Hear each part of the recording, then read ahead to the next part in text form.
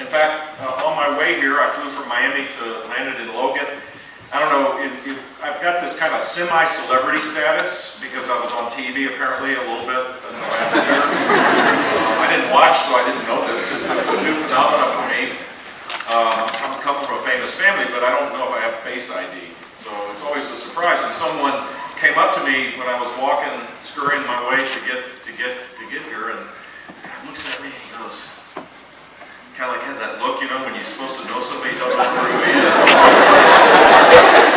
And his light, he kind of lights up and he goes, "You used to be Jeb Bush, right?" I mentioned that I got a degree in Latin American affairs. I actually had a Latin American affair before I got my degree.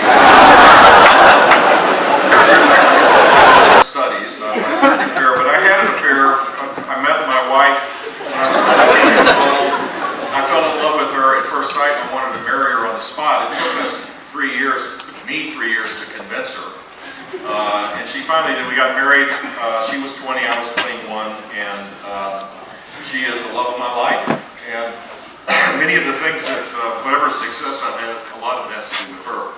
And the fact is that I do come from an immigrant family. My children are immigrants by definition, or Mexican American if you like, and now I have grandchildren.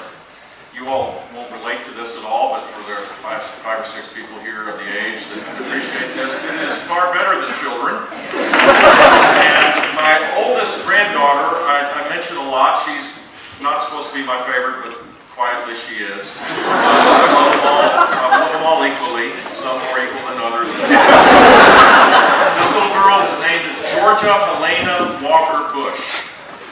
We call her 41 in our family. She's named after the greatest man alive, my dad, her great-grandfather.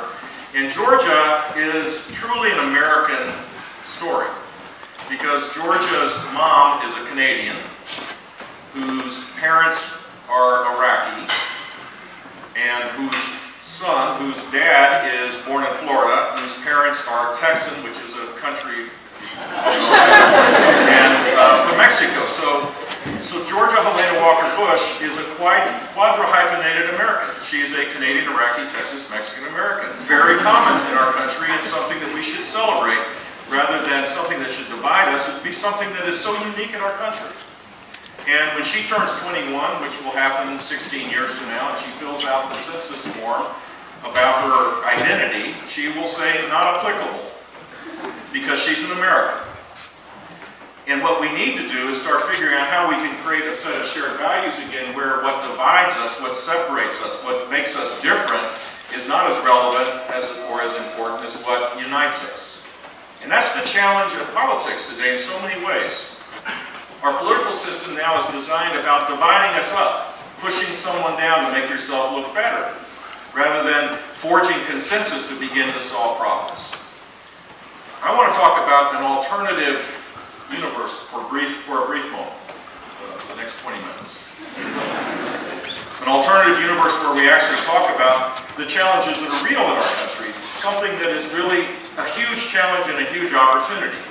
We now have alternative news, we have the alt-right, we have the alt-left, we have all these alternatives.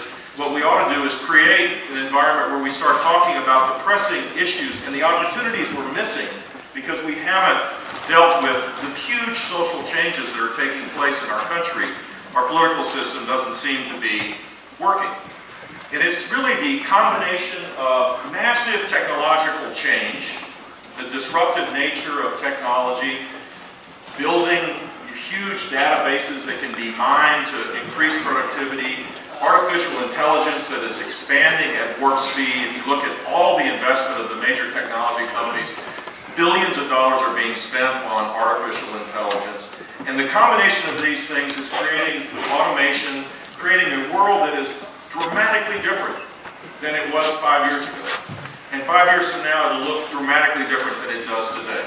You have this going on, and at the same time, the basic social institutions of our society that we've relied on don't seem to be working, do they? You think about it, the right to rise in this country has always been a hallmark of what it is the American experience has been defined by. If you work hard and play by the rules, you can achieve anything you want to. The American dream has been defined over and over again, generation after generation. A whole lot of people don't think that that's the case anymore. In fact, for the first time in American history, since recorded history, at least in terms of people observing this and polling this, for the first time, people don't think their children will have more opportunities than what they have. America does not do pessimism.